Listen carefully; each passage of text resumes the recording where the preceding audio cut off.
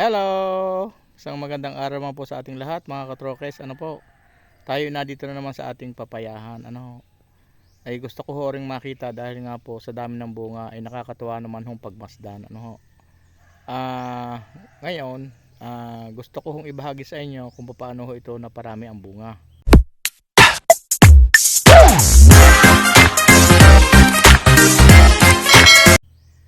So, may ginawa ho kami dito na pwedeng ibahagi namin sa inyo.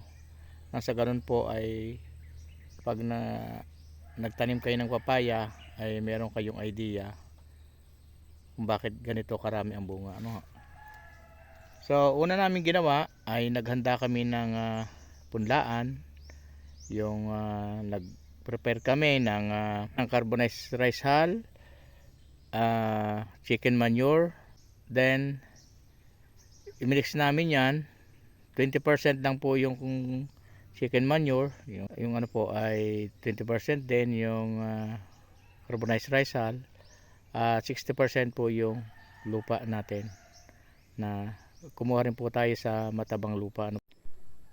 So ang dami po nito ng ating papaya na ito. Dalawa po yan, yung sachet natin, meron sachet at merong sa lata, pero nabili namin ay sachet lang po ito na tig sa 786 ang laman. Ang variety nga po nito ay Red Lady. Bago ako magpatuloy sa aking ibabagi sa inyo, ay gusto ko pong i-shout out si Ma'am Arminda Kaaway. Nagtatrabaho po siya sa Brunei. Marami pong nagtatanim daw doon, so nag-request siya na kung pwede nalagyan ko ng subtitle yung aking video na ginagawa. Dahil nga po tungkol itong ginagawa ko sa pagtatanim, para daw mas maintindihan ng mga ibang bansa na mga nanonood doon. So kailangan po natin lagyan ng English title para sa ganun po ay mas maintindihan ng mga taga ibang bansa. So yung Red Lady po, yun po ay mas matamis ayon po sa mga naka-experience ng mga dito sa pagtatanim ng papaya. Kaya ito pong binabahagi ko sa inyo, sana po ito ay makatulong nang sa ganun po maparami din po ninyo ang bunga ng inyong papaya na itinatanim. So after po nyan, nakapag na po tayo, nakabili ng binhi, then ibababad po yung binhi ng magdamag. Pagkatapos po ibababad ang binhi ng magdamag at bumibiyak na siya, kumbaga nakakaroon ng crack yung balat ng papaya at lalabas na yung, kailangan po siya nababad para po madaling lumabas yung ugat. So after sasalain po natin, then babalutin po natin sa tela. Siguro mga 3 days po yan, depende po sa papaya. Kung makikita natin na lumalabas na yung ugat, pwede na po siyang i-transfer sa ating punlaan. So ang ginagamit po namin ay may cup, ang iba po ay lupa lang. So ang ginamit namin ay plastic na cup, disposable po yon. Kung mas maganda po yung mas malaki na cup, para mas maraming lupa, mas marami pang sustansya ang papaya bago ilipat sa taniman. Bukod po dyan, lagi po nating dinidilig. Nakatamtamin lang po, at hindi po pwedeng marami ang dilig at mamamatay po. Ang papaya po ay napakahina sa maraming tubig, kaya mas maganda po, mainam po itanim ito sa mga dahilig na lupa. Ayaw po nito na mas natutubigan siya, yung maraming pong tubig, dahil madali pong mamatay, nasisira po yung ugat. Kaya hindi po advisable ito itanim sa mga pantay, lalo kung may maiipunan ng tubig. So ngayon pagka natin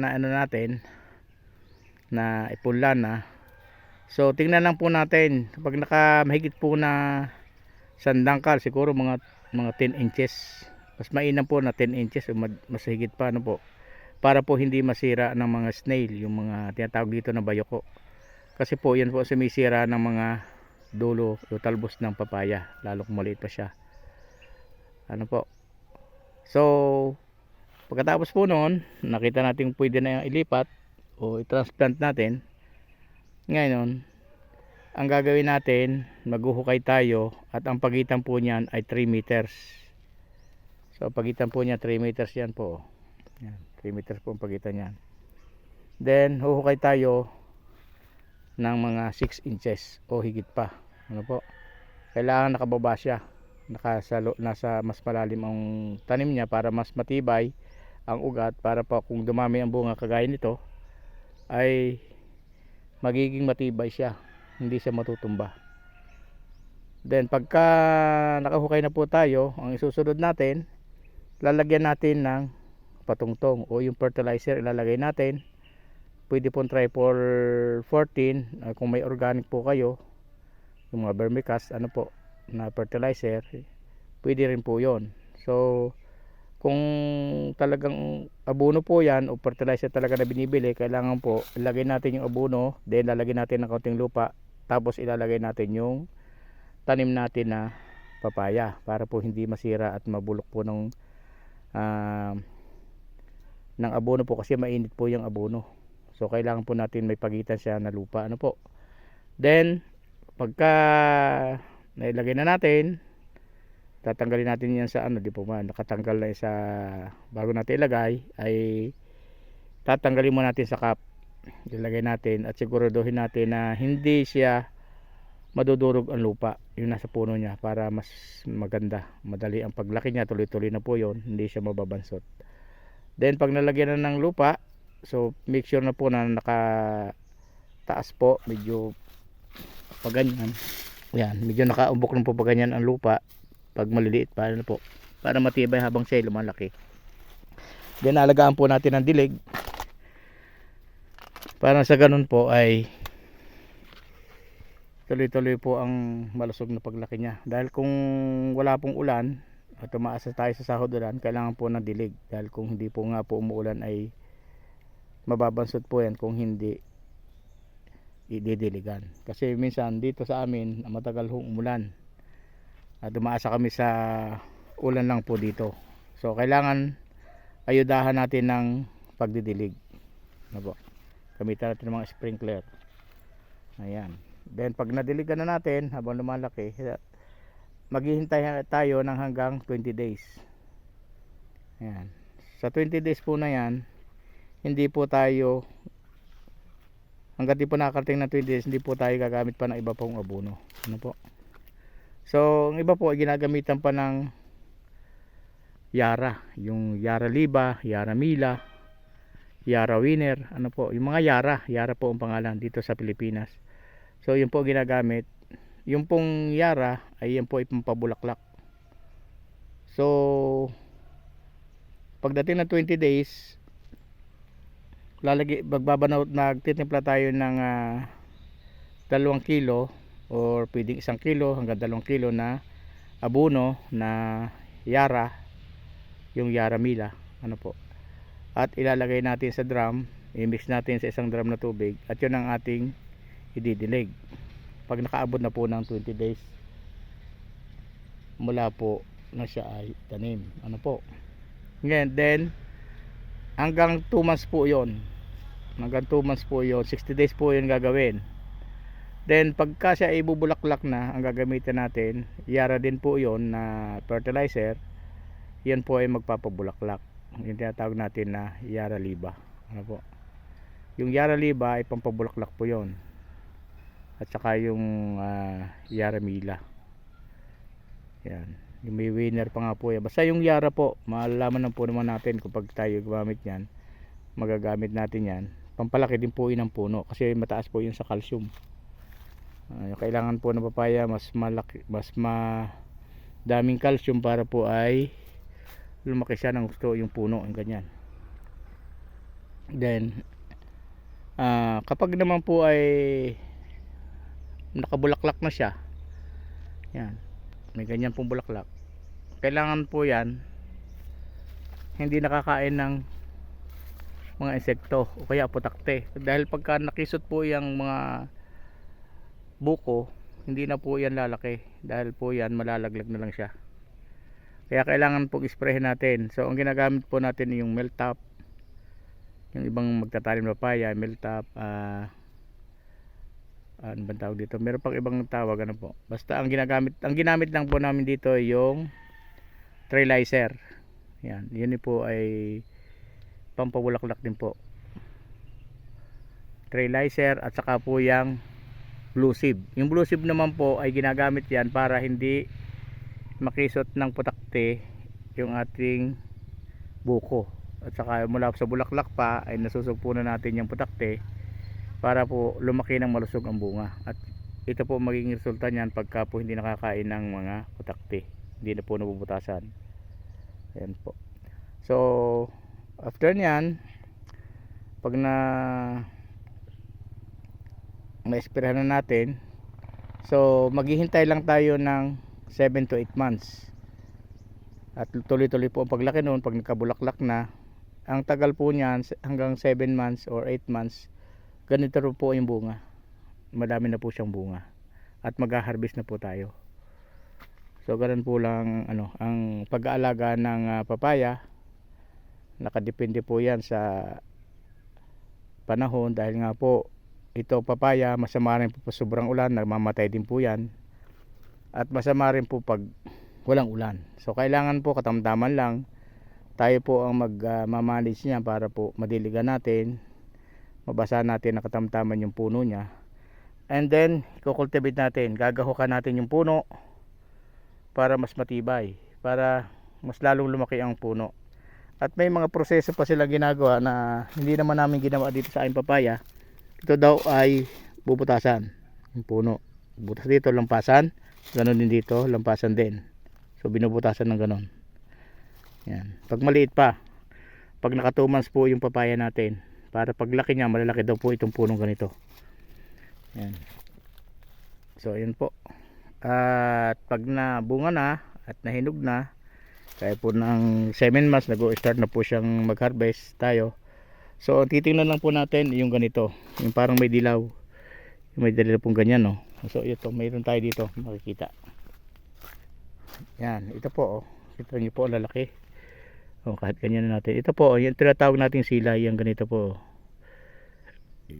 Yung parang madilaw, yan. Pwede na pong i-harvest yung ganyan. So ganoon lang po. Sana po yung nakapagbahagi naman po sa inyo. So yun nga po pala, dahil nga po sobrang ng dami ng bunga nito, nilalagyan po natin ng ganito, oh. Pwede rin po itong gawin ninyo. Yan, may mga plastic straw na panali, ano po, yan, ganyan. Kung may lubid kayo, mas maganda. Kaya lang iiwasan natin yung papaya na masira, magkaroon ng gasgas. Kasi yan nga po, yan ang pagbaba ng presyo ng ating pambentang papaya kapag may mga sira po yung balat, ano po. Ayan. Kaya kita naman ninyo, kahit mababa sila, ang dami ng bunga. Yan, protection din po itong ganitong tali kapag malakas ang hangin. Hindi po siya kaagad-agad matutumba, ano po. Yan po, tingnan nyo. Halos lahat po niya may maraming bunga. Ayan. Dahil nga po ito ay dumaan sa mahabang tag-araw, hindi namin na-expect na ganito karami magiging bunga ng papaya at ganito kalalaki. Dahil nga po sa haba ng tag-araw ay sa dilig lang po ito nabubuhay. Ay nitong medyo malapit na siyang bumulaklak, yan, medyo lumaki-laki po siya, pero hindi po rin sapat masyado yung yung puno, hindi po kalakihan ang puno, ano po. Kaya po minabuti po namin na lagyan na lang po siya ng mga lubid or plastic straw na ganito. Nabibili po ito per kilo. Ayan.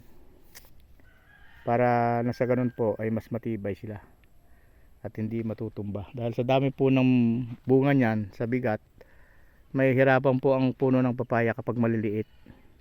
So kailangan po maging healthy siya at malalaki yung puno at maraming ugat. Ayan. So isa pa nga po palang technique dito, kapag malalaki na po yung papaya, dito po natin, kung nasan po yung dulo ng papaya, yung dahon, dito po tayo mag aabuno. Ayan, ganun po. Aabuno po natin yan. So ang ginamit po namin dito at matamis na rin naman po natikman namin ay yung pong Yara. Hinaloon po namin yung triple 14. So inihukay na lang po namin sa mga gilid na yan, 3 butas. Pinutas na lang po namin para po hindi makasingaw yung abono. Para po siya lang po yung makakuha ng sustansya ng fertilizer natin na ilagay. Ito na po ito. Yan. Yan. May silay na po yung tawag dyan. Yan. Ganito dilaw. Yan. So yun po. Maraming po salamat sa walang sawang pagsubaybay po.